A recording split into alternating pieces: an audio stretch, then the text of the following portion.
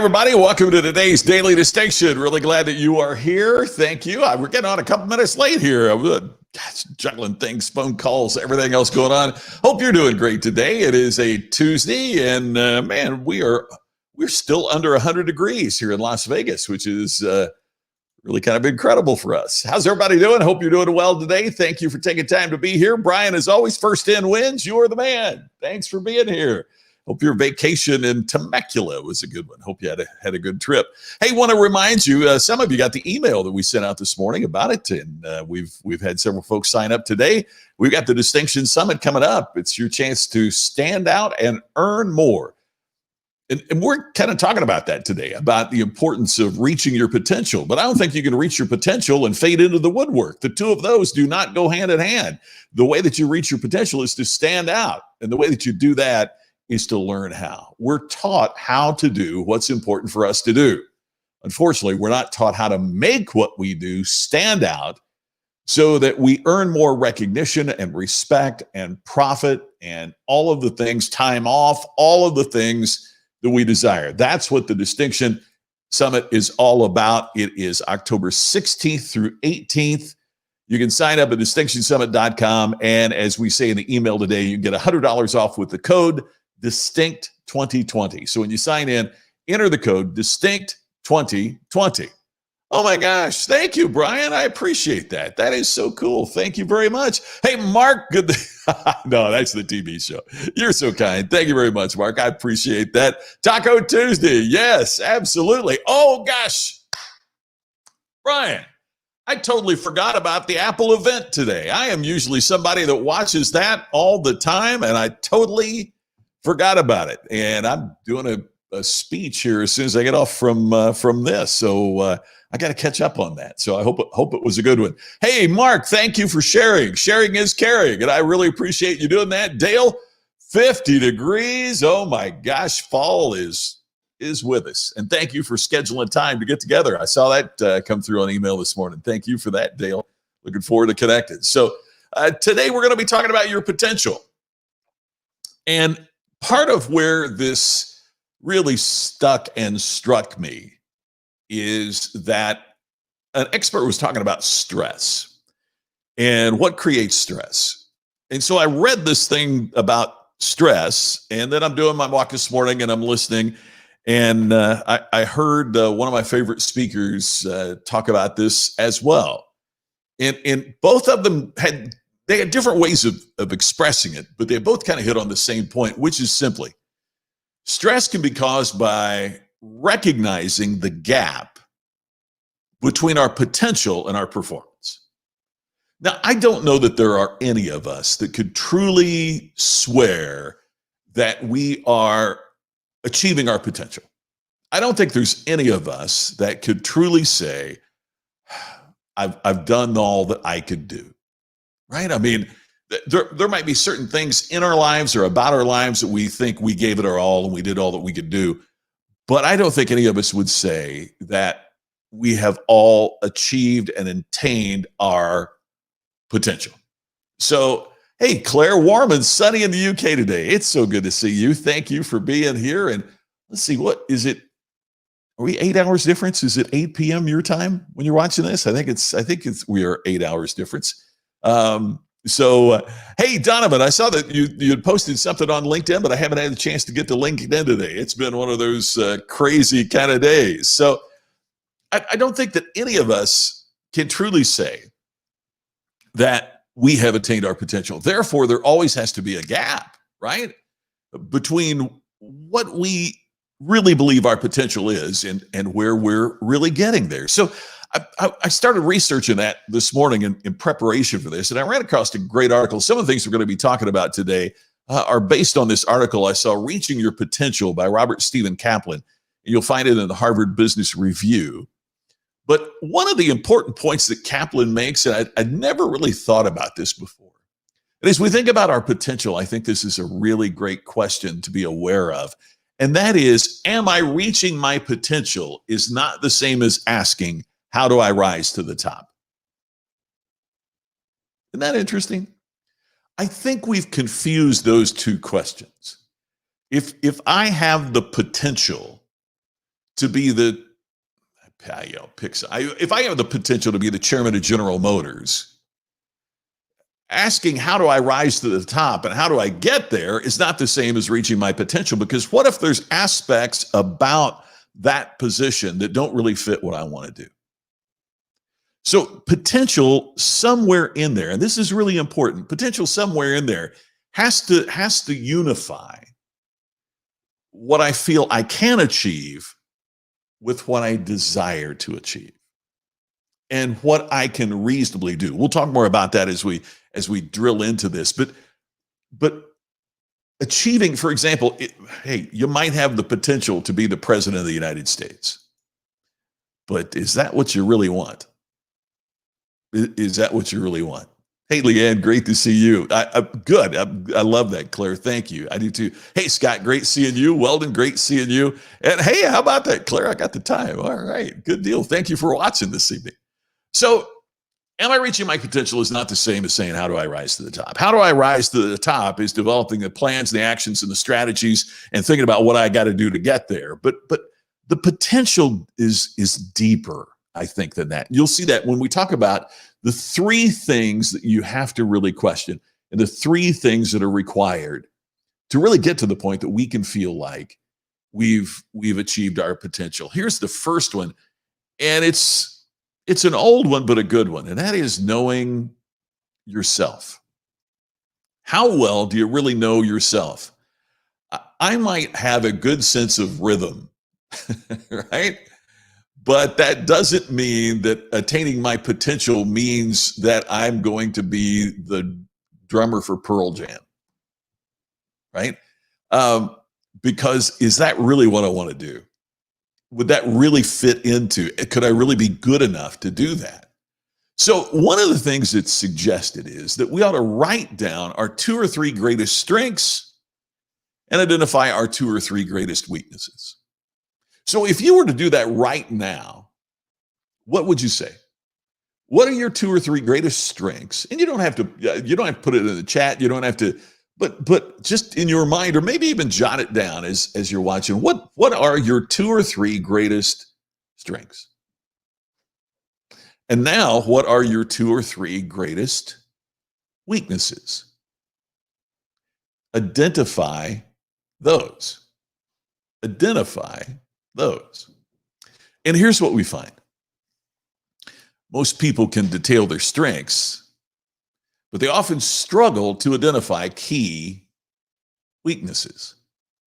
So as we identify our strengths, we tend to be pretty good at that, right? You know, I can identify my strengths. What's my weaknesses? Well, I might be able to come up with one just off the top of my head, but when we get to identifying the second one, and especially the third one, we might have a difficult time. Or we do that thing that people do in job interviews that is a red flag to interviewers. You know what that is? They take a positive and they try to make it sound like it's a negative, right? So an interviewer in a job interview might say, what's your biggest weakness? And people will go, you know, my biggest weakness is I work too hard. I just do too much for the company that I'm working for. Yeah, come on. I mean, what you're trying to do there is to describe a strength and make it sound like it's a weakness. I'm just too loyal for the companies that I work for. I give too much. Like that's a weak, like the interviewer. Oh, that's being manipulative, right? It is being it's making a manipulative statement to try to impress the interviewer of all that you're going to do, right? So, but when it really comes down to identifying what your weaknesses are, a lot of folks struggle with that. So one of the things about attaining your potential has to revolve around knowing yourself well enough that you really do know what your weaknesses are. Now, we can get into a discussion in a future daily distinction about should you work on your weaknesses or should you just farm those out and work on your strengths? A lot of work by the Gallup organization says that what we are better off doing is making our strengths stronger rather than working on our weaknesses. But nonetheless, we have to be able to identify that to get to the point that we can do something about it. So identification is really critical. Hey, here's Curtis. He had to find a safe place to pull off the highway. Boise, Idaho today. Curtis, man, you're, as always, I always love seeing where you are. That's so good. Thank you for being here, Curtis. I identify my weaknesses with every training, every class I teach, every interaction. Yes. It's Donovan, it is an ongoing situation. It's something which we need to be consistently aware. You're exactly right. Yeah, and Jerry, that's part of why we hire coaches and consultants, isn't it? You're so right. You need a facilitator to help you zero in on that because you don't know what you don't know. And there's a reason it's called a blind spot. It means you can't see it. So having someone to help you identify that, an outside expert, an outside consultant or coach is really important. But the first step about this is knowing yourself. Here's the second, and it seems so obvious, but to achieve our potential, we're going to have to excel at critical tasks. We have to excel at critical tasks and the tasks that are critical to what we do. Okay, so the tasks that are critical for our job performance. Here's the point made in the Harvard Business Review article. Promising leaders sometimes lose sight of the connection of success and excelling the critical tasks of what your career demands. So if I list my strength as being a good communicator, I'm good at talking, I'm good at communication. What's a weakness? My weakness is detail work and organization. And by the way, I'm telling you, that would be on my list, right? Detail work and organization is a weakness. Connecting and communicating is a strength. Now imagine if I was an accountant. Notice how my weakness doesn't line up with what I need to be strengths at excelling at critical tasks. So if detail work is your weakness, you're never going to attain your potential as an accountant because you have to excel at the critical tasks of doing what that career demands. So not only do we need to look at 30,000 feet of what our strengths and what our weaknesses are, and as Jerry points out, maybe you need some help doing that. But the second thing that we need to do is to be able to understand what are the critical tasks of doing what I want to do, because maybe I've picked something where it doesn't line up with my strengths and weaknesses. Yeah, you got to be open and willing and able to accept criticism. That's part of, I think, Brian, that's part of both knowing yourself and being able to deliver in terms of critical tasks and take action. Yes, right? I mean, that's incumbent on all of us, is to take action at this. Here's the third. Okay, so the first was knowing yourself. The second is excelling at critical tasks. And the third is demonstrating character and leadership. Now, it's important that we note that they put those two together, right? Because a lot of times, I think we've assumed that leadership means that you have a certain title. My great buddy, Mark Sanborn, wrote that terrific book, You Don't Need a Title to Be a Leader. And it talks about what leadership is. And what we have to do is demonstrate leadership, not just standing up and being the front of the room, but demonstrating leadership and the character that goes along with it for accomplishment. Character and leadership also make the difference between good performance and great performance. Being of high character and being a leader is the connection that takes a good performance into a great performance. One of the interesting points that the article made, I thought, was that being a leader means you're willing to speak up even when you're expressing an unpopular view. And isn't it interesting that speaking up and expressing an unpopular view is also a display of having great character? When you stand for your convictions and you're willing to speak up for them, even if it's unpopular, that's a display of great character, which is also an important aspect of leadership. Yeah, it's taking ownership, Donovan. Exactly right. Claire, sometimes we have things we wish we were good at. Maybe denial of true strengths. Yes, yeah, exactly, Claire. You know, here in the States, one of the funniest shows that's on every year is at the beginning of American Idol, where these people will come in and audition and sing. And every year they always have a couple that are, two or three or four of these folks who are just convinced they're phenomenal performers and entertainers, and it's just jaw-droppingly bad. And so that denial of self-concept, that denial of knowing yourself puts them in this situation. And Claire, you're revealing the other side of that coin, which is sometimes we could be really good at something, but we deny that because we think we want something else. There was a study done recently that was really fascinating in terms of how things have changed.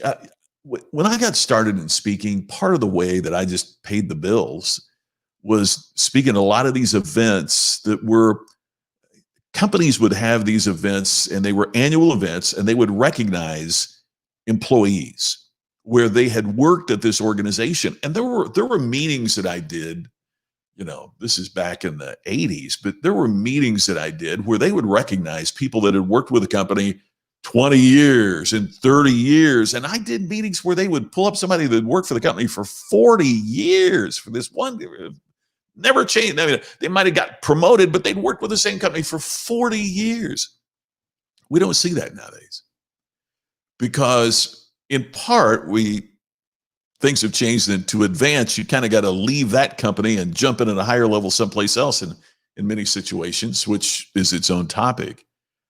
But one of the things this article was talking about are people that have been dentists for 15 years and now want to do something else, or have been doctors or surgeons and can't imagine spending another 15 years every day doing heart surgery or whatever, right? And that's kind of the first time that's happened, that people with the professions that we supposedly aspire to now want to do something else. Hey, Indianapolis is my hometown for many years, and Andrew Luck walked away from football. He just decided he wanted to do something else other than be an NFL quarterback.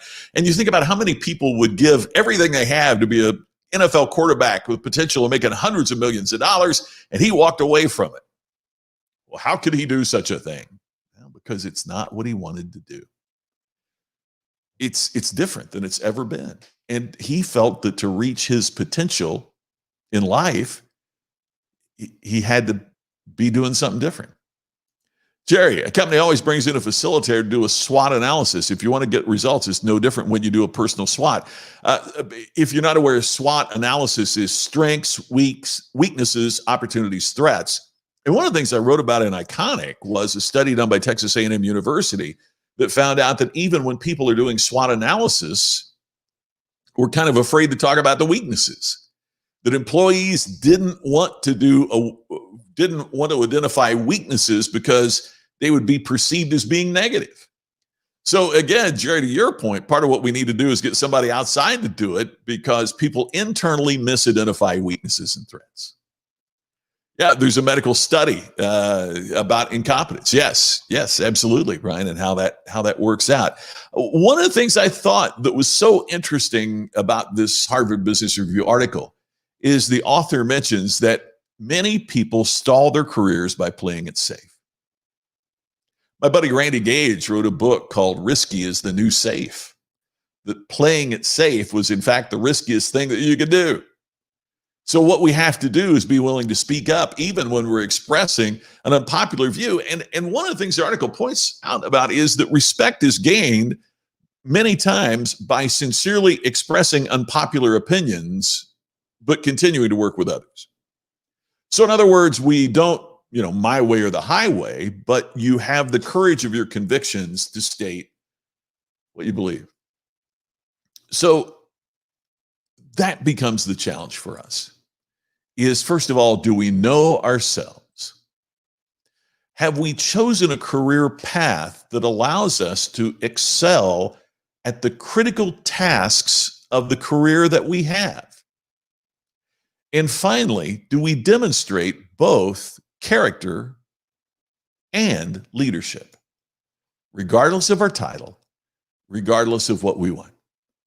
Because those are the critical questions to knowing what it takes to achieve and deliver on our potential. Hey, before we're out of here, if you're watching on the replay or if you got in late, I do want to remind you one last time about the Distinction Summit. It's coming up October 16th to the 18th. You can sign up and get $100 off when you use the code DISTINCT2020. You just go to distinctionsummit.com. And I don't believe you can achieve your potential if you don't know how to stand out, to take what you see. You know what to do. What you need to do is to learn how to make what you do stand out. And that's the goal of the Distinction Summit. That's what we're going to achieve with a deep dive into what it takes to create distinction. I hope you sign up right away. We got some more cool announcements about it coming up very soon. Hey, that does it for us today on Daily Distinction. Thank you so much for wherever you are, from your truck as you're driving around Curtis, or from your laptop or your home or your computer at work, wherever you might be. I'm always just so blown away that you would take your time to be here. Thank you so much for that. And I look forward to talking to you again tomorrow on the next edition of Daily Distinction.